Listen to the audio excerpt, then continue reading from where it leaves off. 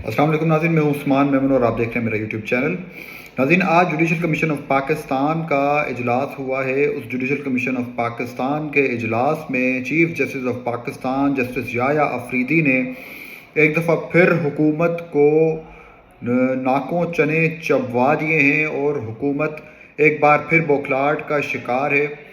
اور حکومت نے آج جوڈیشل کمیشن آف پاکستان میں جو موقف اپنایا، جس طریقے سے ریئیکٹ کیا، جس طریقے سے فیصلے لیے، اس کے بعد یہ صاف ظاہر ہے کہ حکومت کو یہ چیز کلیئر ہو گئی ہے کہ کسی بھی وقت اسے گھر بھیجا جا سکتا ہے۔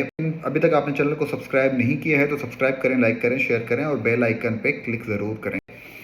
آج جوڈیشل کمیشن آف پاکستان کے اجلاس میں سپریم کورٹ کی جو آئینی بینچ ہے اس کے حوالے سے فیصلہ سازی ہوئی۔ آئینی بینچ میں کس کس کو شامل کیا جائے گا، کون کون شامل ہوگا اور اس کے سربراہ کون ہوں گے، اس کے حوالے سے جو ہے بتایا گیا ہے۔ اس میں جو فیصلے کیے گئے ہیں وہ بڑے اہم ہیں۔ اس کا ریزن یہ ہے کہ جو آئینی بینچ بنایا گیا ہے اس میں جسٹس امین الدین خان کو سربراہ بنایا گیا ہے۔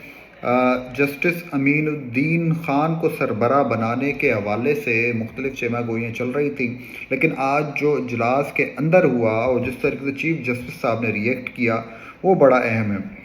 یہ پوری سٹوری میں آپ کو بتاؤں گا، لیکن ابھی تک آپ نے چینل کو سبسکرائب نہیں کیا ہے تو سبسکرائب کریں، لائک کریں، شیئر کریں اور بیل آئیکن پہ کلک ضرور کریں۔ ناظرین، اب آتے ہیں کہ اندر ہوا کیا۔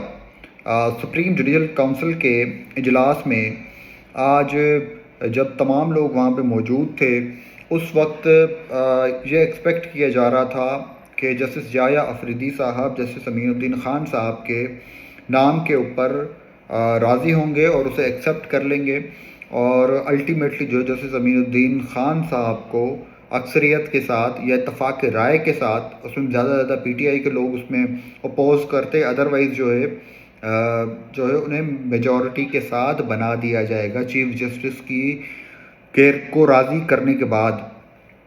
لیکن حکومت اس وقت پریشان ہو گئی جب انہوں نے دیکھا کہ جسٹس یحییٰ آفریدی صاحب بھی جسٹس امین الدین خان صاحب کو جو آئینی بینچ ہے اس کا سربراہ نہیں بنانا چاہتے۔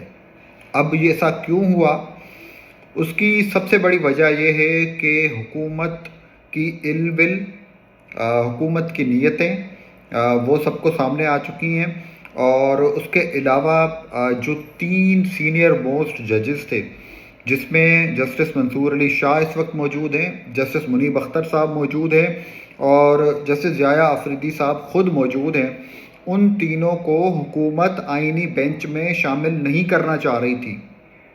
اب اس کی وجہ کیا ہے؟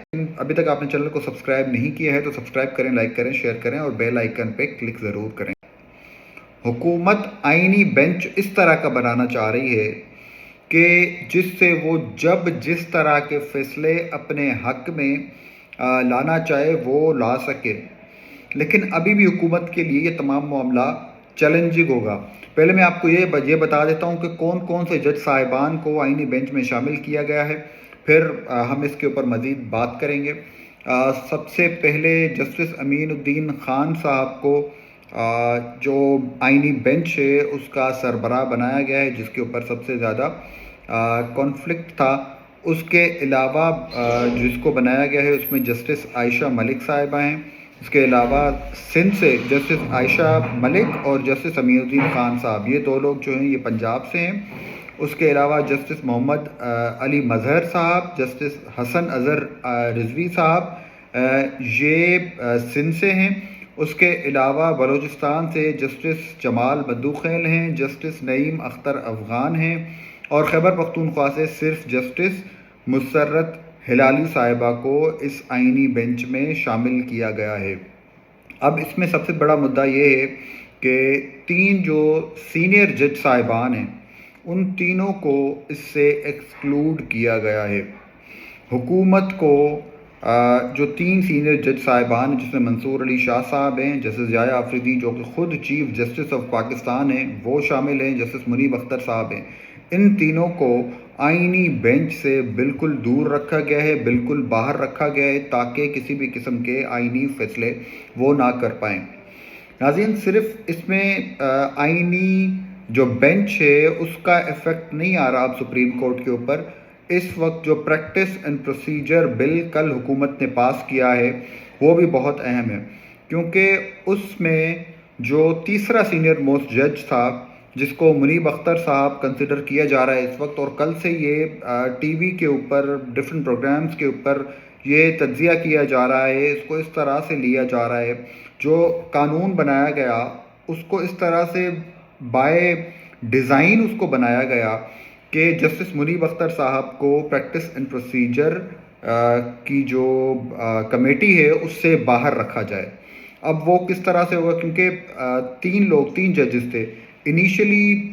تو ہمیں پتہ ہے کہ chief justice of Pakistan practice and procedure bill سے پہلے چیف جسٹس آف پاکستان خود فیصلہ کرتے تھے، پھر حکومت نے جو ہے کمیٹی بنائی ہے کہ اس کمیٹی کے ذریعے چیف جسٹس آف پاکستان آئے اس میں، اس کے بعد سینئر موسٹ جج آئے، اس کے بعد تیسرے سینئر موسٹ جج آئے، تو 3 ججز کے اوپر بیسڈ تھی. پھر ابھی ریسنٹلی ایک پریزیڈنشل آرڈیننس کے تھرو جو ہے پریکٹس اینڈ پروسیجر کمیٹی کو اس کو تبدیل کیا گیا، جس کے حوالے سے بھی مختلف باتیں کی گئی، لیکن اس میں یہ کیا گیا کہ ایک جج جو ہوگا وہ چیف جسٹس صاحب کی مرضی کا ہوگا، ایک سینئر موسٹ جج ہوگا اور ایک چیف جسٹس خود ہوں گے.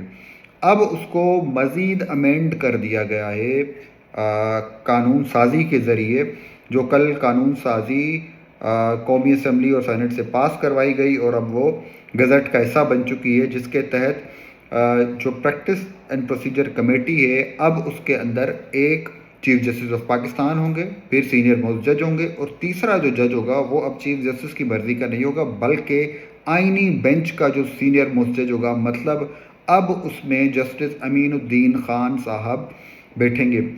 ایک چیز اس میں اور اہم یہ ہے کہ یہی پریکٹس اینڈ پروسیجر کمیٹی ہوگی جس نے یہ فیصلہ کرنا ہے کہ کون سا کیس آئینی بینچ میں جانا ہے اور کون سا کیس جو ہے وہ سپریم کورٹ کے پاس جانا ہے.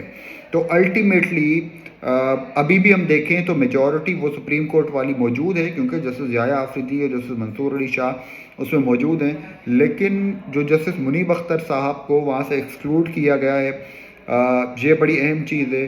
تیسری یہ چیز کہ جسٹس یحییٰ آفریدی کو آپ ہمیشہ جسٹس منصور علی شاہ کے نیریٹو یا ان کی لائن والے ججوں میں شامل نہیں کر سکتے.